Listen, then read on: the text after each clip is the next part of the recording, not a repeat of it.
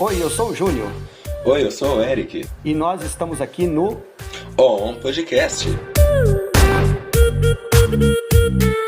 E nós nessa série, nós vamos começar agora alguns episódios, não simplesmente para te dar dicas de redação, mas para trazer temas do momento que nós julgamos importantes para você entender. Não simplesmente temas que possam ser usados para fazer a prova propriamente do Enem, mas para você se manter antenado nas principais questões do Brasil e do mundo. Isso mesmo, e o nosso tema de hoje é sobre a COP26, que é um encontro que está sendo realizado em Glasgow, na Escócia, de hoje, 31 de outubro, a 12 de novembro, e pode levar a grandes mudanças no nosso dia a dia. Então, para começar o nosso podcast de hoje, Júnior, o que é a COP26 e por que está ocorrendo? A primeira coisa que nós temos que ter a noção é a importância de encontros assim. As principais lideranças mundiais estarão reunidas, então, para discutir critérios para a redução de gases de efeito estufa, que geram, então, as mudanças climáticas. Primeira coisa que eu acho que é importante a gente ter noção é como é que isso se dá, como é que essas mudanças se dão. A gente chama de efeito estufa. Se a gente sabe o que é uma estufa, a gente entende bem como é que funciona. Os gases produzidos, sobretudo pela indústria, são emitidos, gás carbônico e tantos outros, são emitidos na atmosfera, mas como há propriamente uma estufa, eles acabam não proliferando para a atmosfera, não sendo liberados. Acontece que cada vez mais gases e mais gases e mais gases, sendo que há uma estufa, isso ocasiona um aquecimento global, uma mudança na temperatura do planeta. E aí a gente já pode imaginar um pouco os efeitos disso, né? Então, a curto prazo parece que não tem muito problema, mas na hora que a gente vai somando ano a ano, a gente vai percebendo como é que o planeta reage mal a todas essas emissões de gases. Então, a COP26, ela acontece, então, esse nome 26 significa justamente porque ela é a 26ª conferência ligada a mudanças climáticas. Então, a cada ano, desde os anos 90, os países vêm discutindo, traçando metas para poderem reduzir, né, a quantidade de gases de efeito estufa. Então, cada país apresenta as suas metas, se negociam, né, as taxas, se fazem as previsões a respeito de como é que o planeta vai se comportar, né, para assim gerar, então, novos patamares de emissão de gases. O que será decidido na COP26?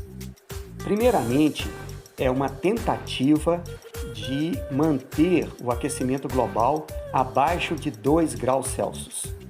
Talvez, no melhor dos mundos, seria 1,5 grau.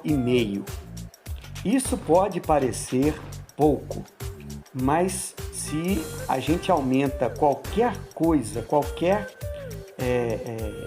centígrado a mais ou a menos na temperatura do planeta, isso tem um enorme efeito a médio e longo prazo.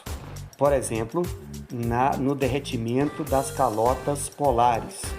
Então você tem as calotas derretendo, isso aumenta o nível dos oceanos e põe em risco, por exemplo, cidades e países que sejam muito no nível do mar, porque aí aumenta, por exemplo, o risco de tsunamis, etc., né?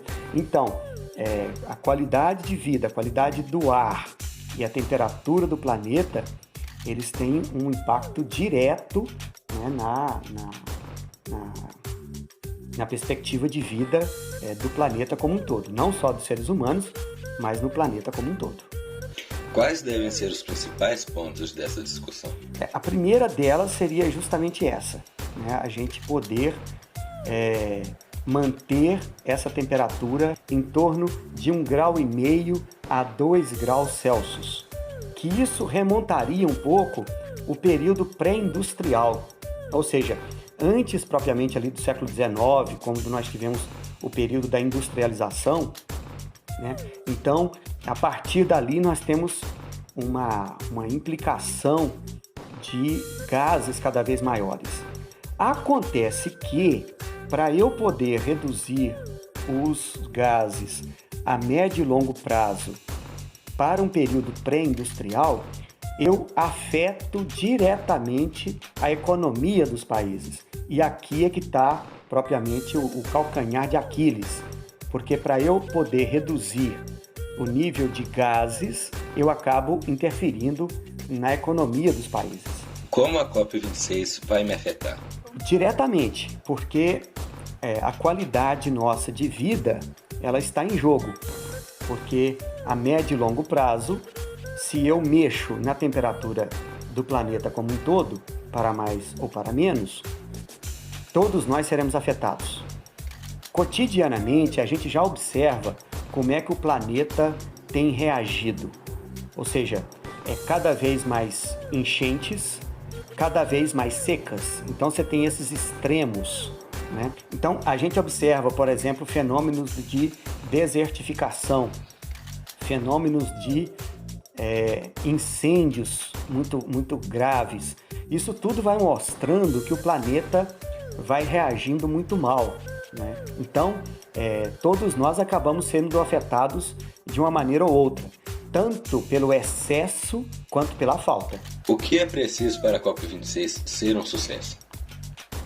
Para que a COP26 seja, de fato, alcance os seus objetivos, uma das coisas é que os países se conscientizem dessa importância, né? Que se convençam, de fato, a respeito das mudanças climáticas, que anteriormente a gente chamava simplesmente de aquecimento global. Hoje em dia, os estudos apontam que não se trata simplesmente de aquecimento global. A gente já fala mais de mudanças climáticas. Para isso, eu preciso zerar as emissões de carbono, que é o principal responsável pelos gases de efeito estufa. Eu preciso de ter uma matriz energética mais limpa e não simplesmente a base, por exemplo, de carvão, de petróleo, né? Então, tudo isso polui muito e contribui muito para o aquecimento do planeta. Então, você ter uma matriz energética mais limpa. Então, por isso, a importância, por exemplo, da energia solar, da energia eólica, que é a energia do vento, né? E, por exemplo, carros elétricos, matrizes evidentemente, o carro elétrico com matriz dessa energia elétrica também limpa, né? Então, não tão dependente, por exemplo, de carvão, etc. Mas a primeira coisa que eu vejo é o convencimento dos países a esse respeito. E como o Brasil está perante essas propostas? Olha, o desafio do Brasil é um pouco diferente dos países mais desenvolvidos, né? Essa palavra desenvolvido ela é muito questionada hoje em dia porque a ideia de desenvolvimento está sendo um desenvolvimento muito predatório, né? Mas os países mais ricos, os países que mais poluem, evidentemente, são os países mais industrializados, como China, Índia, Estados Unidos, né? Boa parte da União Europeia. No caso do Brasil, a gente não tem essa matriz industrial, assim como esses países. A nossa grande questão aqui se dá, por exemplo, no desmatamento, na questão, né, de um agronegócio muito agressivo, né, para com a questão ambiental, né? Então você desmata muito, você queima muito, né? Em 2020, por exemplo, o agronegócio avançou 9,5% em área de preservação, área que poderia estar aí com as árvores, etc. Nós estamos avançando, né, em torno da produção, nós estamos degradando muito a natureza. Então, o desafio do Brasil vai muito mais pelas questões socioambientais, né? Trazendo para o reino dos humanos, nós poderíamos dizer, nós temos uma desigualdade social tremenda, né? E toda essa questão ligada à preservação ambiental, sobretudo da Amazônia, porque a Amazônia ela serve não só, né, de uma automanutenção daquele próprio bioma, mas a gente tem, por exemplo, a questão dos rios voadores, né, que afeta, por exemplo, as chuvas aqui no Sudeste. Então, tudo isso, né, traz um desafio imenso para a questão do Brasil. De forma muito triste, nós podemos dizer que, ultimamente, nós não temos feito o dever de casa.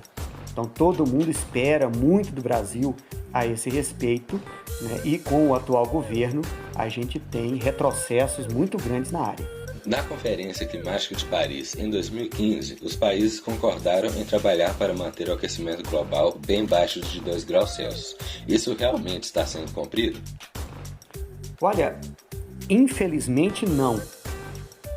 Sobretudo porque os maiores países poluidores, emissores de gás de efeito estufa, eles têm muitas vezes privilegiado muito mais a economia do que propriamente o futuro, né, da vida do planeta. No caso, por exemplo, recente, né, do presidente Trump nos Estados Unidos, em 2017, ele retirou os Estados Unidos, né, do Acordo de Paris. Como o acordo, então, ele dizia, né, eu prefiro, né, manter a economia, a produção, né, aqui dos Estados Unidos, do que ficar preocupando, né, com metas de redução de gás de efeito estufa do planeta como um todo. Então, eu vou proteger aqui simplesmente a economia dos Estados Unidos. Isso foi em 2017. Quando o acordo propriamente entraria em vigor na casa dos Estados Unidos em 2019, mas aí já era propriamente a chegada do Biden, que automaticamente voltou, né, a colocar os Estados Unidos, né, junto ao Acordo de Paris. Então, só para perceber que nem todos os países estão convencidos, né, de fazer, vamos supor, um reajuste nas suas economias em torno do futuro do planeta. Ou seja, cada um começa a pensar no seu quadrado, cada um pensando só nos seus próprios interesses imediatos, aí a coisa não anda. Então, agora o que a gente vai assistir na COP26 é que cada país ele tem que dizer qual é a meta que ele se propõe a cumprir, né? E de tempos em tempos, então praticamente ano a ano, ele vai sendo monitorado para saber se ele tem cumprido de fato aquilo que prometeu. Bom, então para a gente aprofundar um pouco essa questão, nós temos uma líder mundial atual, que é a Greta Thunberg, que tem se posicionado de maneira muito firme a respeito das mudanças climáticas e tem cobrado das lideranças mundiais posturas um pouco mais firmes. Ela recentemente, né, disse que os líderes têm muito blá blá blá, ou seja, prometem muito, mas na hora, né, de execução mesmo, de cumprimento das metas, os líderes mundiais eles titubeiam muito. Então ela escreve um texto que nós vamos passar agora para a leitura dele, né, em que ela puxa a orelha das lideranças mundiais em torno desse tema. Pessoal, olha, eu sou jovem, então eu falo em nome de todos os jovens do mundo. Vocês estão acabando com o planeta que eu quero, né, desfrutar dele no futuro. Então, parem de simplesmente fazer promessas vagas, né, promessas vazias e de muito blá blá blá. Então vamos ver aqui o que a Greta escreve para os líderes mundiais. Aos líderes mundiais, traição. É assim que os jovens de todo o mundo descrevem o fracasso dos nossos governos em reduzir as emissões de carbono, e não é surpresa nenhuma. Estamos catastroficamente longe da meta decisiva de eliminar o aquecimento global a 1,5 graus Celsius. E ainda assim, governos de todo mundo continuam a intensificar a crise, gastando bilhões de dólares em combustíveis fósseis. Não é mais um cenário hipotético. A Terra está em situação de emergência. Milhões vão sofrer à medida que nosso planeta for devastado. Um futuro aterrador que será consequência das escolhas que vocês fizerem, ou que poderá ser evitado por elas. Vocês têm o poder de decidir. Como cidadãos do mundo, exigimos que encarem a emergência climática. Não no ano que vem, não no mês que vem, agora.